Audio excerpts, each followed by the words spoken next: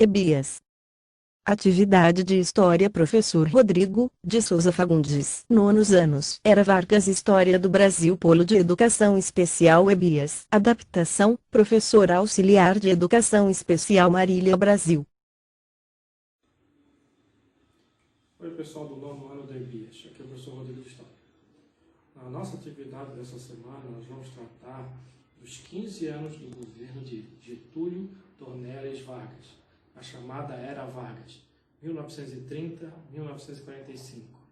Leia, reflita e faça atividades. Abraços.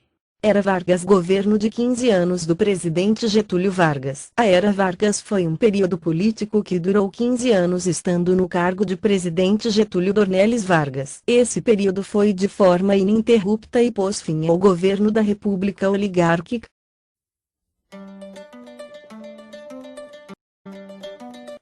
A Era Vargas divide-se em governo provisório 1930 até 1934, governo constitucional 1934 até 1937, Estado Novo 1937 até 1945. Antes de Getúlio Vargas ocupar o cargo máximo do Executivo Federal, ocorreu um momento de ruptura na política nacional, que culminou em um movimento armado chamado de Revolução de 1930. Conteúdo já estudado. A Revolução de 1930 foi um golpe de Estado que depôs o presidente Washington Luiz, no dia 24 de outubro de 1930. O movimento foi articulado pelos estados de Minas Gerais, Paraíba e Rio Grande do Sul e impediu a posse do presidente eleito Júlio Prestes, sob alegação de fraude eleitoral. Fatores que ajudaram Getúlio Vargas: crise de 1929, superprodução, queda do preço do café brasileiro, assassinato do candidato a vice de Vargas, rompendo a política do café com leite República Velha,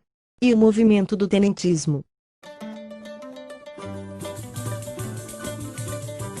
Era Vargas, governo provisório. Getúlio Vargas assumiu a presidência com um discurso no Palácio do Catete, no Rio de Janeiro, no dia 3 de novembro de 1930. Suas vestes militares marcaram a importância do exército para o seu triunfo. O presidente concentrou o poder em suas mãos e se tornou chefe do governo provisório. Ele ainda fechou os órgãos legislativos federais, estaduais e municipais. Para extinguir o poder dos antigos coronéis regionais, foram colocados militares em cargos de importância em postos de comandos. Nos cargos de governadores de estados, por exemplo, foram designados representantes do Exército. Inicialmente, nessa primeira fase da Era Vargas, o presidente instituiu o Conselho Nacional Consultivo. Esse conselho foi criado pelo que regulamentou seu governo. Fizeram parte do órgão estatal os oficiais Pedro Ernesto, o general José Fernandes Leite de Castro, Ari Parreiras, Osvaldo Aranha, Góes Monteiro, José Américo de Almeida, Juarez Távora e o tenente João Alberto Lins de Barro.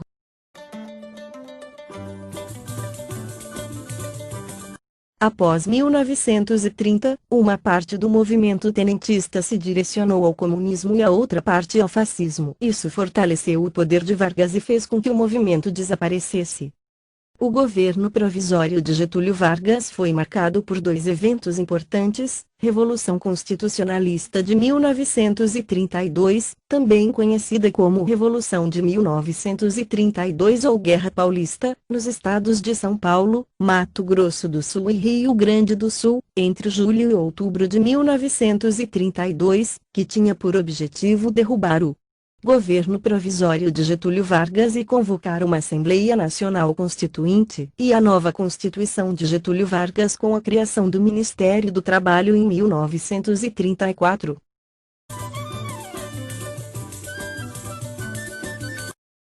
Constituição de 1934, deu o direito do voto às mulheres, o voto tornou-se sigiloso e construiu-se relações de corporativismo trabalhistas, onde o Estado intermediava e controlava as relações entre patrão e empregado a partir de sindicatos. Em 1934 encerra-se o governo provisório, mas Getúlio Vargas se mantém no poder às custas de eleições indiretas. Governo constitucional. Esse segundo período da fase da era Vargas foi marcado pelos princípios do fascismo. Getúlio Vargas tomou posse no dia 20 de julho de 1934, no Congresso Nacional. Nesses 3 anos da era Vargas ocorreram muitos enfrentamentos político-ideológicos no Brasil. De um lado, os integrantes da Ação Integralista Brasileira, AIB, sob a liderança do político e escritor Plínio Salgado, na oposição os integrantes comunistas da Aliança Nacional Libertadora, ANL. Após a determinação do fechamento da Aliança Nacional Libertadora, por meio do decreto de número 229/1935, bem como a prisão de alguns opositores acarretou no movimento chamado Intentona Comunista, liderados por Prestes e Abílio Barata. A Intentona Comunista ocorreu no dia 24 de novembro de 1935 nas cidades de Natal, no Rio Grande do Norte, no Rio de Janeiro e em Recife, capital de Pernambuco. Depois desse movimento, o presidente endureceu as leis de subversão à ordem pública. Houve o reforço da Lei de Segurança Nacional no dia 14 de dezembro de 1935, e foram promulgadas emendas constitucionais que deram ao poder estatal mais poderes para reprimir os crimes de subversão. A Aliança Nacional Libertadora, ANL, foi uma frente de esquerda composta por setores de diversas organizações de caráter anti-imperialista, antifascista e anti-integralista, congregando comunistas, alguns tenentes, operários e intelectuais de esquerda. A organização contou com o apoio do Partido Comunista Brasileiro, Ação Integralista Brasileira, Deus, Pátria e Família. Avante! Ação Integralista Brasileira, AIB, foi um movimento político brasileiro ultranacionalista, corporativista, conservador e tradicionalista católico de extrema direita.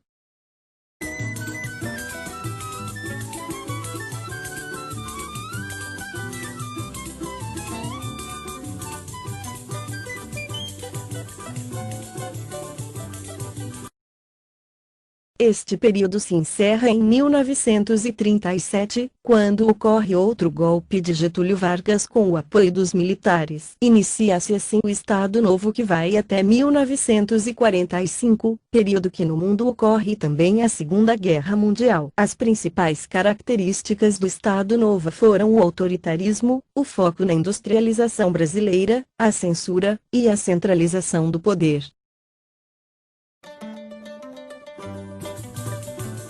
Estado Novo. Getúlio Vargas deveria permanecer na presidência até 1937. Nas eleições deste ano disputaram o pleito eleitoral José Américo de Almeida, Armando de Sales Oliveira, Plínio Salgado.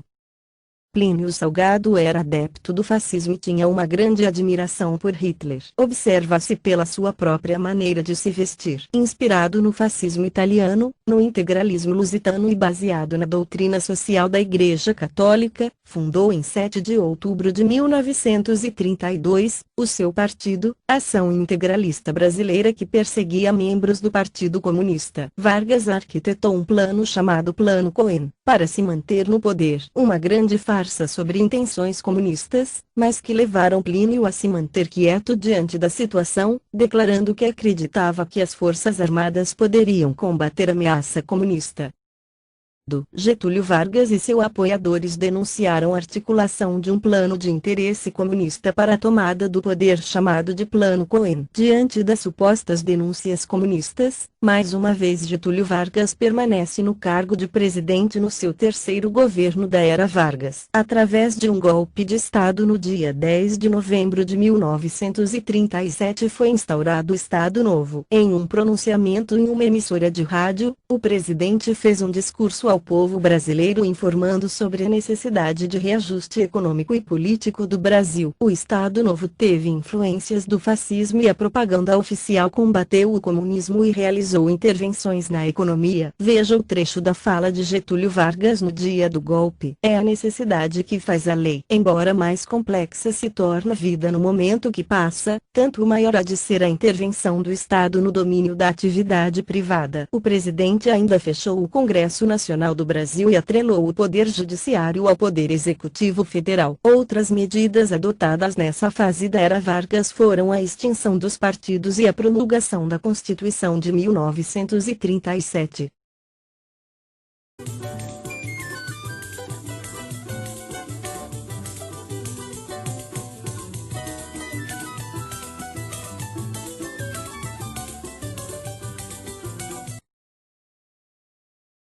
Constituição de 1937. A Constituição de 1937 tem características fascistas porque dava ao Poder Executivo controle total dos mecanismos estatais. Além disso, era o presidente quem nomeava interventores de seu interesse para tomar decisões nos estados. Getúlio Vargas era a favor da ideia de unidade nacional e anulava a concepção de regionalismo. Em 1939, ele disse sobre o assunto de união: "Não temos mais problemas regionais. Todos são nacionais, interessam ao Brasil inteiro." Getúlio Vargas. A criação do DIP, Departamento de Imprensa e Propaganda, foi muito importante nesse período da era Vargas para a construção da imagem de pai dos pobres do presidente. O DIP ainda realizava o controle do que seria noticiado e veiculado pelos veículos de comunicação. Estado Novo, que vigorou entre 1937 e 1945. O período do Estado Novo constituiu uma ditadura de Vargas, fortemente influenciada pelo fascismo que estava em vigor na Europa. O fim do Estado Novo ocorreu simultaneamente ao fim da Guerra Mundial, em virtude da impossibilidade de Vargas de se manter no poder depois de 15 anos de governo. A era Vargas representou ainda os esforços de levar à frente a modernização capitalista da sociedade brasileira. Houve grandes investimentos para a industrialização da economia nacional, com destaque para a criação de uma indústria de base, nos ramos da siderurgia, Companhia Siderúrgica Nacional, CSN, mineração, Companhia do Vale do Rio Doce, de energia, Companhia Hidrelétrica do São Francisco. O processo de fortalecimento do capitalismo no Brasil contou, dessa forma, com o Estado e os gestores que o controlavam como principal instrumento. Por ser a única instituição com acumulação de capital necessária aos investimentos, o Estado e os gestores que o dirigiam relegaram a segundo plano nesse processo ainda incipiente burguesia brasileira. O esforço do Estado foi principalmente para criar as condições gerais de produção para a indústria do país. Era necessário ainda criar uma legislação que garantisse alguns direitos à classe trabalhadora em formação no país, pretendendo, dessa forma, conter o processo de luta operária verificado nas décadas de 1910 e 1920. A criação do Ministério do Trabalho, em 1930, e a promulgação da Consolidação das Leis do Trabalho, CLT, em 1943, foram as principais ações para garantir direitos mínimos aos trabalhadores. Vargas utilizou ainda o Estado como controlador da ação sindical dos trabalhadores e também para estabelecer os mecanismos de exploração a serem utilizados pelos capitalistas, criando leis específicas para isso, com o intuito de superar a luta de classes, criando uma suposta harmonia social. Era a conformação do Estado corporativista de Vargas. A luta contra as ditaduras na Europa durante a Guerra Mundial criou uma contradição interna no Brasil. Era necessário acabar com a ditadura de Vargas. A conjuntura política e a pressão dos militares levaram Vargas a renunciar em outubro de 1945, pondo fim ao que os historiadores chamam de Era Vargas.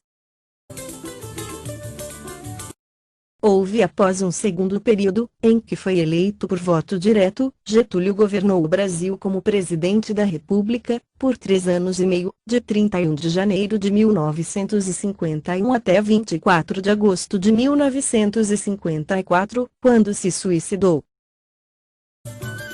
Relações internacionais brasileiras durante o período pré-guerra, isto é, na década de 1930, a política externa do Brasil foi a de procurar garantir os melhores benefícios possíveis com as duas potências econômicas daquele momento, Estados Unidos e Alemanha. Assim, nessa época, o Brasil realizou uma série de acordos econômicos com essas duas nações. Os Estados Unidos haviam aumentado a sua influência sobre a economia internacional a partir partir da recuperação gradual da sua economia, e a Alemanha, desde a ascensão dos nazistas ao poder, havia iniciado uma política para aumentar a sua influência, tanto ideológica quanto econômica, na América Latina. As ações de aproximação realizadas pela Alemanha deram certo efeito em sua relação com o Brasil, pois, claramente, existia uma ala do exército brasileiro simpatizante da causa nazista e, além disso, uma série de acordos econômicos foi realizada entre os dois países. Em virtude disso, conforme afirma o historiador Boris Fausto, a Alemanha transformou-se no maior comprador do algodão brasileiro e no segundo maior comprador do café produzido aqui.